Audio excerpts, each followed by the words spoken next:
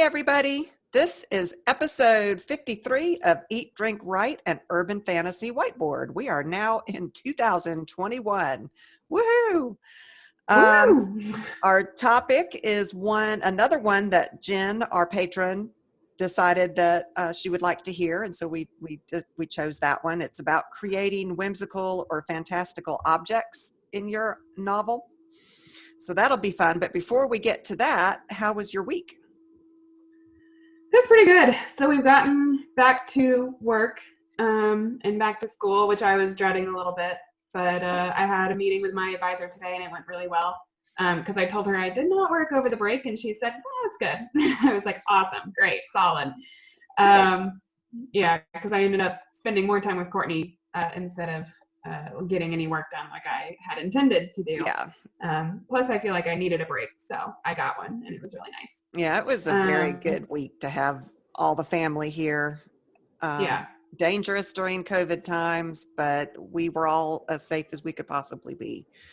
Right. So it was enjoyable. We played games. We drank a lot. I wasn't going to drink tonight because I need a break from drinking, but then I hurt my back today. So it's pain relief at the moment. Yeah, you need those painkillers. Yeah. Anything else with your week? I kind of cut you off there. No, I mean, that was about it. We got back into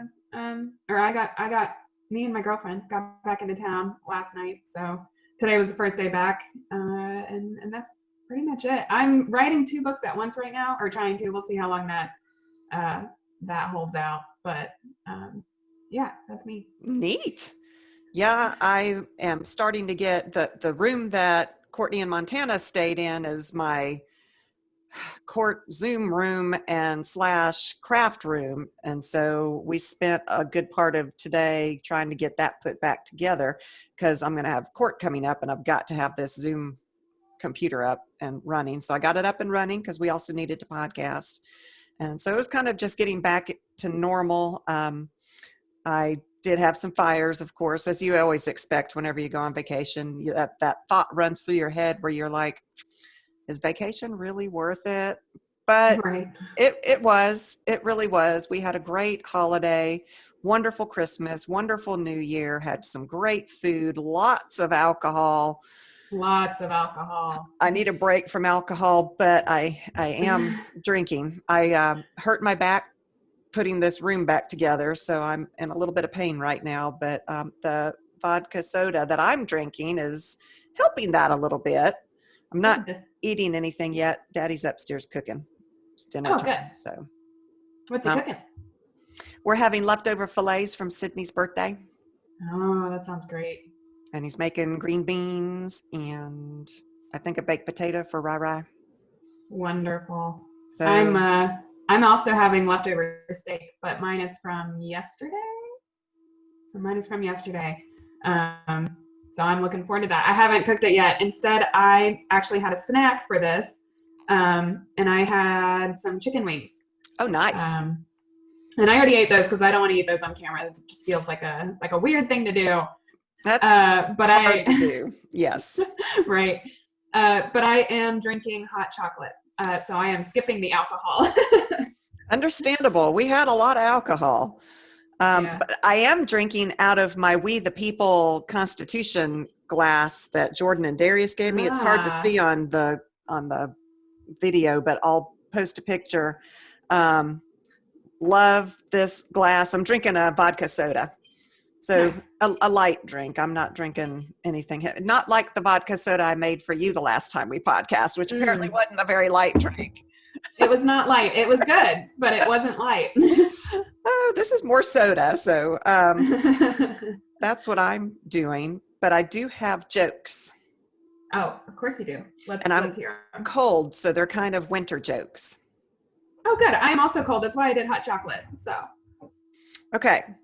What falls in the winter but never gets hurt? What? Snow. Yes. Yeah. Wonderful.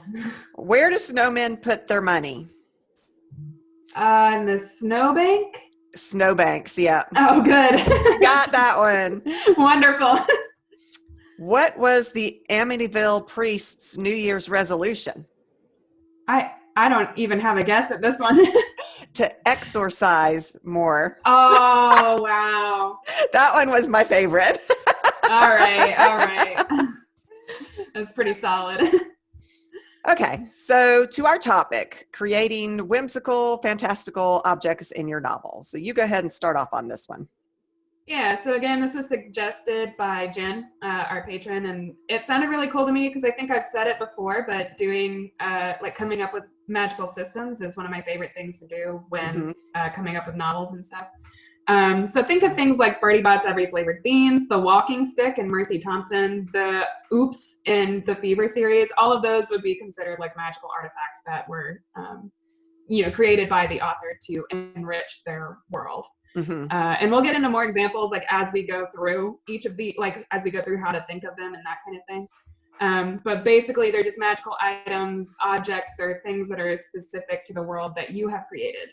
Because I know when I read stories, like I see all these cool objects and I'm like, oh my God, like I wish I had thought of that. Like, why didn't I think of that? Yeah, and sometimes it's just so obvious, and you're like, we should have all thought about that. I love the Harry Potter books for this reason. There's so many cool things in the Harry Potter world that we as Muggles don't get to see. And she's got not just the Bertie Botts Beans, but a lot of things in her world that are just, oh my God, so amazing. It just adds extra to any book. So Jen is right. This is something we should talk about. This is something we all should think about. Not that I'm saying you have to have something like this in your book. Oh, I have to go out and create something. You don't have to do that. It just can enrich your world a lot if you do. Absolutely. Yeah, I agree. Like they don't have to be there. I think if anything, if it feels like it should be there, then that is all the more richer for your story, as opposed to just adding something because you think that you need to add something. See, and I bet I would love to talk to J.K. Rowling about it. How did she come up? But I bet it was a scene. I bet that train scene popped into her head, and you can just imagine the little trolley cart, and she thought about her world and what would be different in the magical world than what we have in our world. And she just twisted the normal things to these really cool things and now we can buy Bertie Botts beans in our world. Right. Yeah. I mean, they're gross, but yeah. So how can we, okay, listen, if you have like a % chance to get one that tastes like vomit, I think they're all gross. I've eaten that one. I've eaten a vomit by accident. It was awful. Yeah, I'll just I'll skip on Bertie Botts Every Flavored Beans and just skip.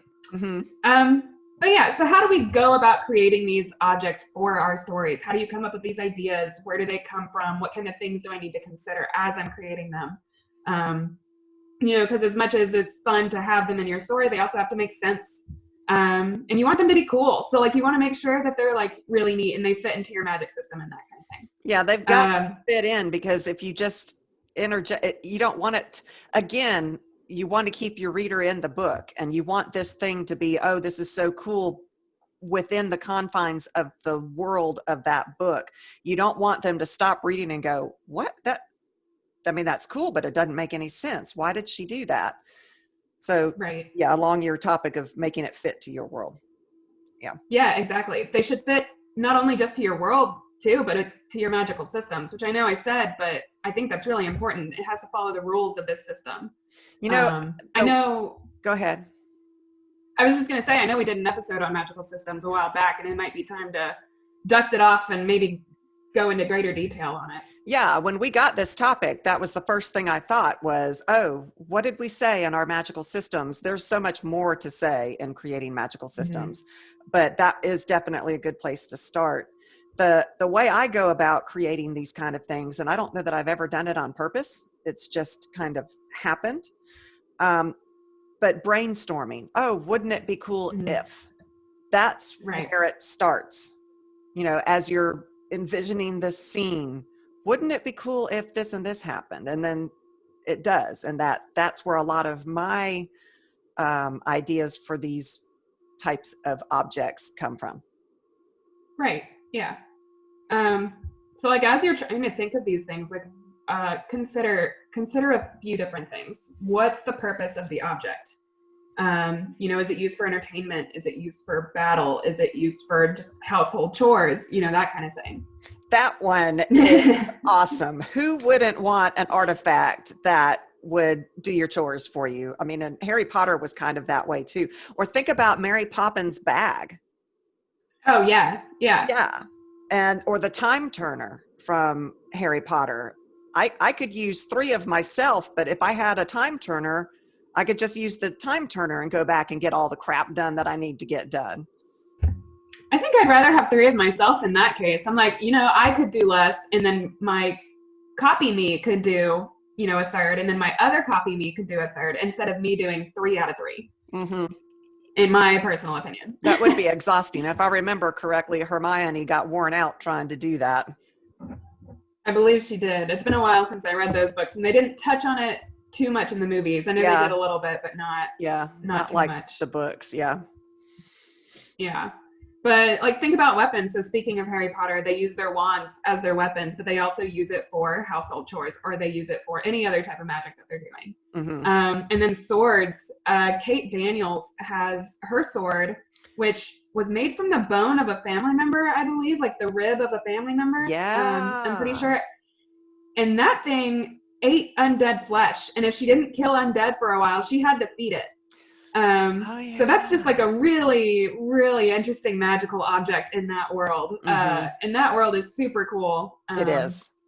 So, and the way that she did it, fits exactly into her magic system. The bones came from her mother, which gave it more power, and it ate undead, which made sense because of what Kate is, which I won't go too much into that. Mm-hmm. But yeah, so I love the Kate Daniels series. I think they did really well with magical items and their magical system. So check that out if you have not. Yeah, but then think about things like guns. I was going to say, in the Kate Daniels book, you remember that box? I can't remember which one that was in, and it's been a while since I've read them, but there was some artifact that she got that was causing trouble. But yeah, you can make, I don't remember, anything in your book can become a Bertie Botts Beans. It just, right. And it all comes down to your fan base too. Some things are just going to hit right. Like Harry Potter, I don't know how many times she got rejected before that book was published. It hit all of us. The fans ate that up. That's what made the Bertie Botts Beans become something. It wasn't that she necessarily did it. It was the way it was received by the audience. So keep that in mind too. Right. Just write what you write, and these things can happen. Absolutely.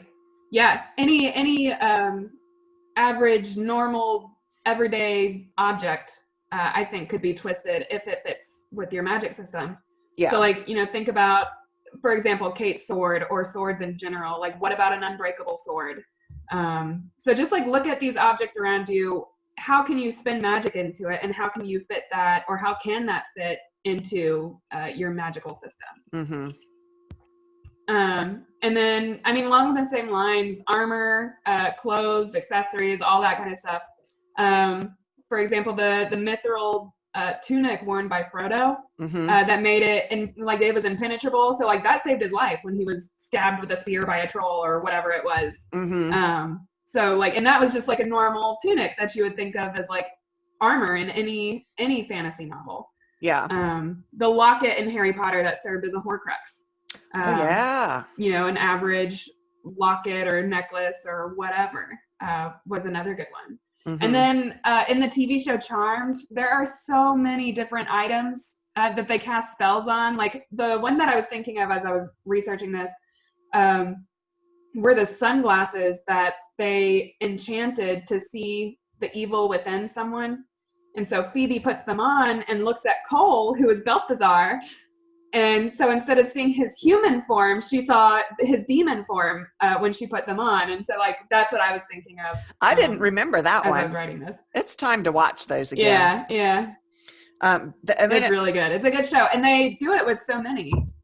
And that's along the lines of Dungeons and Dragons again. I mean, you've got magic artifacts which I have a lot of D&D books that you use to play the game, but pull those suckers out because those are good for helping you write your books as well. I like to go through and read the enchanted items that they have, and that might give you an idea for what might work in your world. Magic Right. rings, what if you had, see, I love these what if things.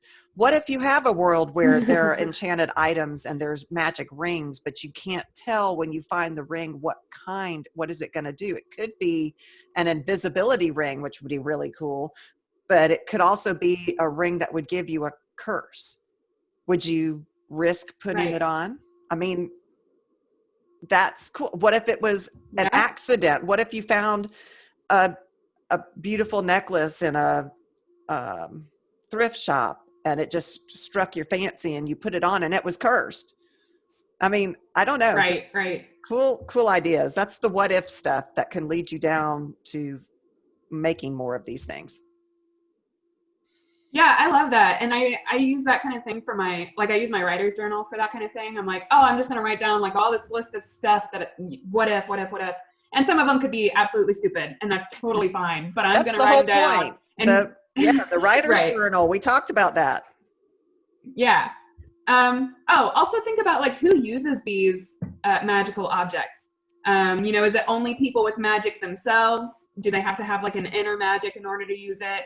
Can anyone in the world use them? Because I imagine if magic got into Muggles' hands in Harry Potter, like it would still be a magical item that would work, but they don't necessarily want them to be. And could they make it work? What if? Another what if? What if my mom's favorite game? It is. I love this game. What if you have magical items that are supposedly only for the rich or the higher class or the upper elite or whatever caste system you have in your society? And what if someone outside of that caste got hold of one, like you were saying, the Muggles? What if it did work for them? What if it wasn't supposed to, and now all of a sudden you've got someone in a total different caste system using this magic? I mean, it could be disastrous. It could be a revelation to that it could be anything. What if it worked? I mean, that could like change. Yeah, right. That could change the way that people think about magic within your story. So that's another thing to consider, like as you're making these magical objects, is like how does it impact your story and the people within them? Yeah, interesting. I like that game. Well, what else you do? Think about the potential drawbacks of the object. Like, does it backfire? Can it hurt the user? Yeah, Beck has that problem. The knife, I have her knife in Frickin' Fairies, and it is a perfect example of magic that backfires. It kind of like in Kate Daniels, it has to be fed, but it's not really feeding like that. It's just there's a price for using it, but it wants to be used. So it works to make sure that she has to use it, and then it takes something from her, which is funny. I mean, not to Beck, but funny to us when she uses it. And then in this new book that I'm working on, Harper, it's kind of that same thing. She gets this magic dumped on her and ends up attracting all this other magic.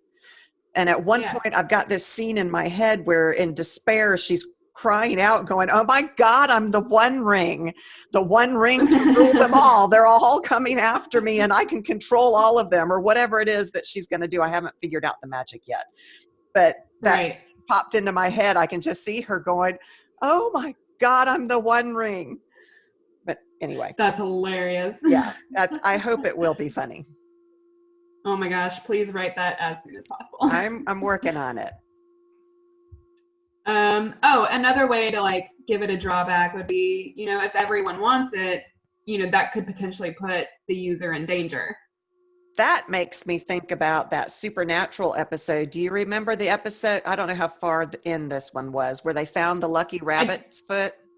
Yeah. I vaguely remember that one, but I don't remember really that much about it. It's been a very long time since I've watched them.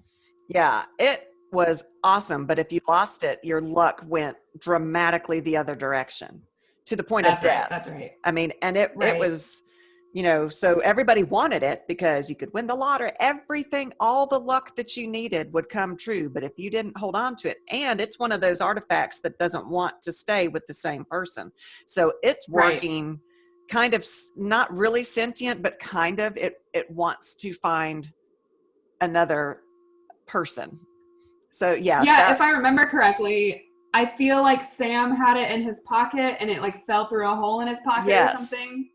Yes. Something stupid like that. Yeah. Yes. That was a good episode. But so that the backfire thing is a really good thing to think about it if you want humor, because those are all funny things. And not necessarily humor, it's just a rock also to throw at your character. Absolutely, yeah. It could be in any genre, I think. I think it could very well be a horror artifact item or whatever. But think about the counter side of that too. Like, what is the benefit of this item that you've created? Why would it be worth a drawback? And you were talking about the rabbits, but if you can win the lottery with it, then that's, some people will be like, oh, well, it's fine and I won't lose it, so I'm going to do it. Yeah. And then just another thing to keep in mind as we're talking about these positive and negatives is that every item should have a positive or a negative. Yeah, I think that's for sure. Yeah. Yeah, and it doesn't have to be a specific negative like, if I use it, it explodes or, like that kind of thing. But it literally could just be, oh, it's so powerful that everybody is after it and it could get me killed because everybody wants it. Well, like with Beck, I mean, that knife saves her life numerous times.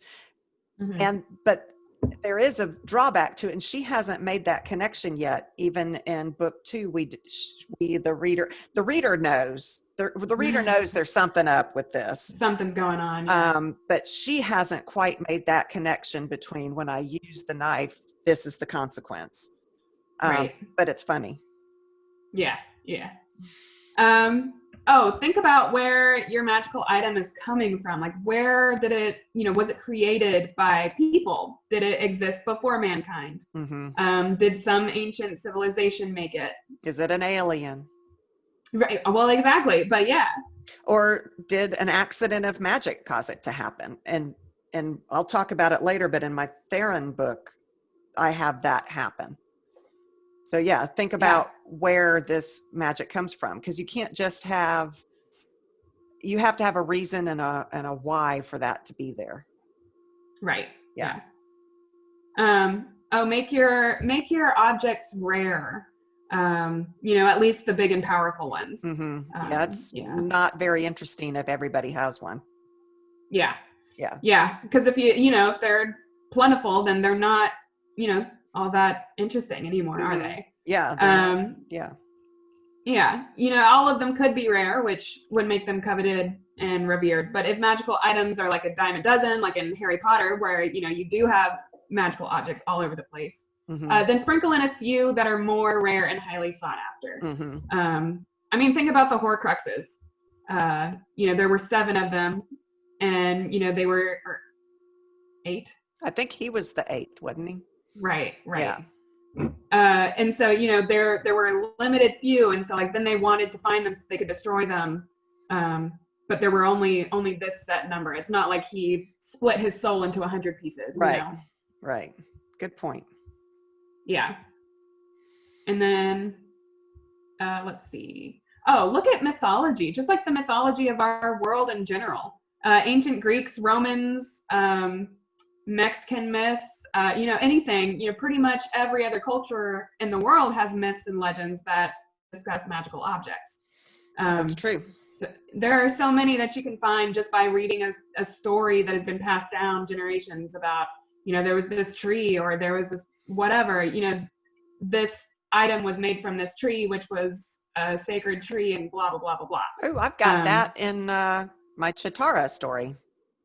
Oh, I don't remember that story. I read it over 10 years ago. So. Yeah, I had forgotten that. Nice. Yeah, no, I think that's a really good way to think of these magical objects that you might include in your stories, especially if it's urban fantasy. Because a lot of the myths and legends that we use in urban fantasy do hold objects that are magical. And then you don't even have to really think about it that much. And what I love about urban fantasy is we make them modern. These myths are somehow relevant in today's world, and I love that, because Right. it's hard for some people to connect with, that was a bajillion years ago, but urban fantasy is generally set in our time frame, and to have this ancient artifact that now comes into play in our time makes it more interesting because we're dealing with it now. So it's not just something that was a billion years ago. Yeah, exactly. Yeah. And then we mentioned this earlier a little bit. Sorry, did you have something else to say? No, I was looking to see whose turn it was to talk. Gotcha. Okay. Yeah, I think we mentioned this earlier, but think about the items that we use in everyday life. So, a walking stick versus the walking stick in Mercy Thompson. So it was, an average walking stick is simply made of wood, used for support for those who need it or whatever. But then you've got Mercy's walking stick, which is also a staff of wood. And it just so happens to be a Fey artifact that has gained a bit of sentience and likes to follow her around. And also it can become a handy spear. So, it's still just a walking stick. And that's how she refers to it. It's like, oh, the walking stick is here again. But it is a lot more than that. It's very cool too. And think along the lines of Lord of the Rings too, when Gandalf the White uses his walking stick to get Sauron out of whatever the king of Rohan was. Can't remember his name. But yeah. And then this is what I was going to tell you about in my Theron book, The Earth Asunder. There is a walking stick, and the way it was created was Theron has issues with his magic, and he can't the normal magic does not work right for him. And when he was trying to learn this spell, this piece of magic splits off and hits a walking stick, and it comes to life, literally comes to life. It's got little stick legs and little stick arms, and it talks too much. He is hilarious. He is comic relief in that book. But that's, I've read that book and I don't remember that either. I don't remember your books anymore, I guess. Yeah, maybe time to reread them again. But yeah, that happened by an accident of magic, and it was just a normal walking stick that was leaning up against the wall that his magic hit when he was attempting to do proper magic. And it doesn't necessarily have to be an everyday thing per se. It could be pets, like in Harry Potter. What were those little pets that the brothers were selling? The magical, I don't even remember. Tribbles in Star Trek. The trouble with Tribbles in Star Trek. Creatures that are cool. In my Kata book, when she goes to the other world, there's little lizards that are adorable. And so I wish I could have one in this world. And that's kind of what I think Jen was looking for, is what items, not necessarily an item, but what things in this other world do you just really wish that you could have? And so that's something to think about too. And think of the things we do, not just items we use, but things we do that we take for granted. Like you had said, doing chores, doing homework, clocks, phones, anything. Think of things that we use in the normal course of our day and how that might be different in a magical world, which Kate Daniels' stories are great because they fluctuate between tech world and magic world. There's waves of tech and magic that flow through that world. And so that society had to come up with ways to do things in both worlds. How do you tell time? Right. Well, they've got in both worlds, and cars in both. Yeah, they've got the car. Yeah. Mm-hmm. So the car was run on like magic water. Yeah, which is so cool. I mean, they had to have a mode of transportation, but like you said, there were some downsides to that too. So some people would choose to ride horses because having that magical car is too much trouble. So yeah. Anyway. Yeah, super neat. Add wish fulfillment to your magical objects. So make your reader wish that they had this magical item that you've created. And I think you mentioned it a little bit earlier, is getting your reader to like it. And that's what makes it so enchanting and so magical in the first place. So give it to the main character and make it part of their identity. So like think of Katniss and her bow. People, you know, in the real world wish that they would take up archery, and a lot of people did. Go and pick up archery because they were like, oh, Katniss has this bow. It was really cool. I want to do that too. So, you know, if you like a main character, then you'll like the items that they carry. I think that just goes hand in hand. So if you've got a good character development, that kind of thing, and they have this item that you've created, then everybody that reads it is probably going to be like, that's really cool. I wish I could have that. And along the same lines, personalize those items to your characters. So what about your characters would make an item special? Why is it special to that character? Does it look different because they have it? And that kind of thing, like doing that will create a connection with your reader and automatically make them be like, I want one too. Because I know I do that at least. I do too, for sure.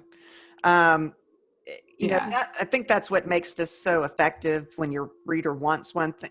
Who doesn't want a baby dragon? You know, pets, food. Oh, now food, that's another one. We should do an episode on food in urban fantasy.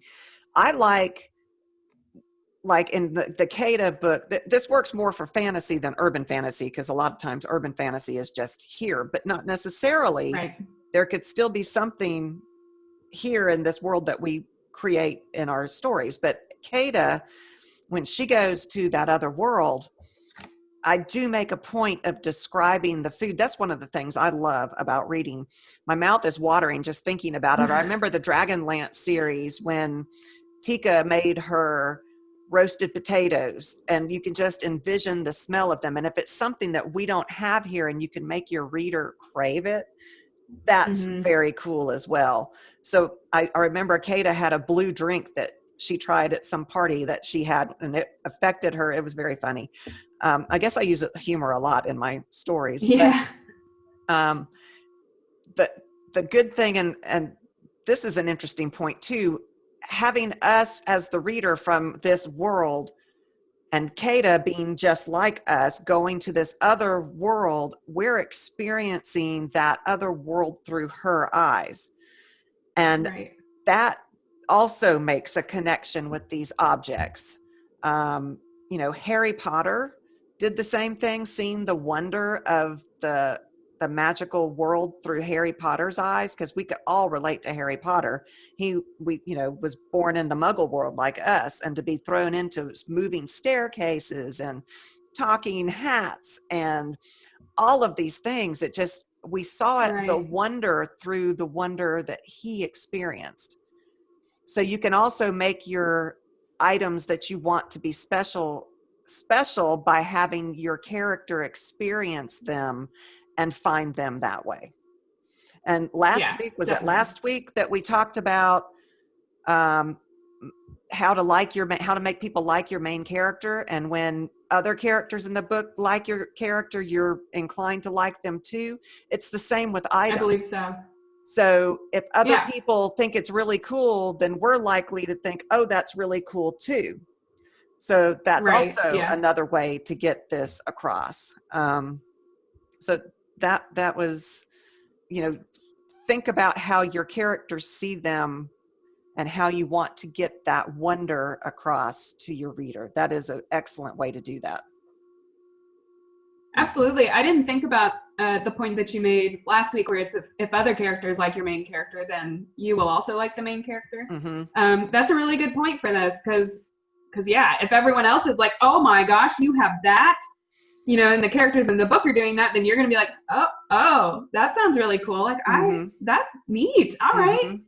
So yeah, that's a really good point. I didn't think about that. Think about the symbolism of the magical items that you create. What could this item mean for your story in terms of themes, plots, and character arcs? And like, what objects would fit along in that theme, would give you a starting point to think of, oh, well, birds are a big thing in my book, and it's because they represent freedom. I could have a magical bird. Yeah. Why is it magical? What does it do? What does it represent? That kind of thing. That's a great idea. I hadn't thought of that. That That's a really good idea, especially if you're working on symbolism and that's a high point that you're trying to get across for sure.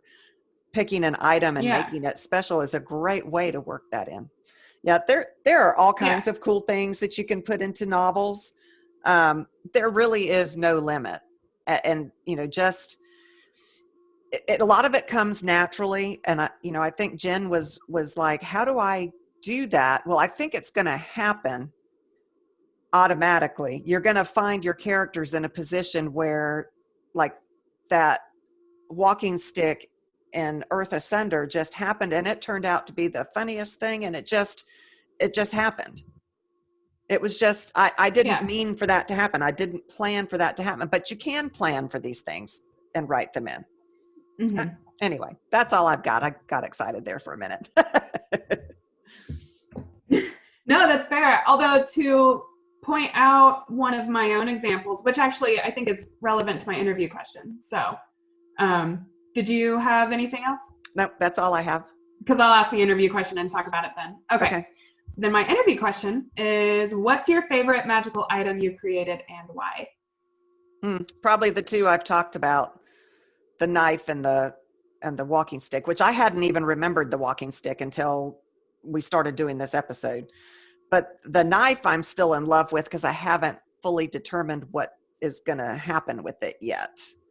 So Beck's knife it's still full of mystery for me and the reader right now. So I think that's my favorite one right now. I mean, it's pretty good because I have read your book, and I also helped come up with that concept back when we were using it for a different book. So I also like your knife. Mm-hmm. Mine is a compass, which you haven't read about yet in my books. It's in Aiden, so it's one that I'm working on right now, and it actually was one that, I mean, I came up with it kind of on accident, but really on purpose because I needed something to help with this plot that I have going on in Aiden. And what this compass does is it's trying to figure out how to explain it without explaining my magic system too deeply. But essentially, it's like the compass in Pirates of the Caribbean, where it points towards the thing that you want the most. Yeah. And so I needed something plot-wise to send this character in this direction. And so I was like, oh, well, I'll use a compass because that fits with my magical system. And it fits with my world, and it fits with where she is in this story because it's in an antique shop. So that's probably one of my favorite things, mostly because of the shenanigans that it gets people into. I love shenanigans. I know. It's a federal agent who gets his hands on it, and he's trying to hunt down this person. And so he's like, oh, I'll get this compass that'll lead me right to them, and it doesn't lead him to the person he's hunting. So I love it. It'll be pretty funny. But yeah, so I think the compass is mine. That's cool. Fun. I can't wait to read about that. I haven't read that one yet. Well, I read your very first version, which was long time ago. I wrote that in my teens, and it reads like I wrote it in my teens. So, well, it reads like I wrote it when I was first learning how to write. I'll put it that way. I thought it was good. Because I didn't know much to begin with. But your writing has definitely gotten better and better and better. Yeah. Oh, and then one last thing. After this interview question, I know we mentioned last week that we were going to start a sentence challenge. Oh, yeah. So if you guys are interested in doing the sentence thing, I'll recap what it is. So basically, I came up with this on my own to improve my own writing skills. And I would get my friends or my family to give me just a random sentence, anything that they wanted to give me, and I would use that sentence somewhere in one page. So I wrote one page. Sometimes I did it single space, sometimes I did it double space. It depended on how much I wanted to write that day. So you can do that, and I'll start to give sentences every week. If you guys are interested, go ahead and write a page using that sentence anywhere on the page. And then if you're interested in having us read it out loud, or you just want to share or talk about it, then you can send it to our email at eat.drink.write.podcast@gmail.com. Mm-hmm. And this week's sentence is, the spot where it should have been was empty. I love So the it. spot where it should have been was empty. Nice. Yeah, and so use that sentence anywhere in there, anywhere in your page, and focus on whatever you want to focus on in that writing. It can be anything, and I would love to read them. So Me too. I'm have fun with excited. it. I hope y'all do this. I hope y'all send them to us to share. That would be very cool. So I think that's all we've It got would be this fun. week. Thank you for listening. Thank you to Jen, our patron, for coming up with this topic for us to talk about. Come visit our website at eatdrinkwritepodcast.com. Email us at eat.drink.write.podcast@gmail.com. Come visit us on social media. We've got Facebook, Instagram, Twitter, Pinterest. That may be it. But come let us know what you want us to talk about. We look forward to hearing from you. I think we've gotten some topic ideas through Instagram. Jen emailed us the last couple that we've done. So any way that you want to contact us is great. And we will see you next time. Yeah, thanks, guys.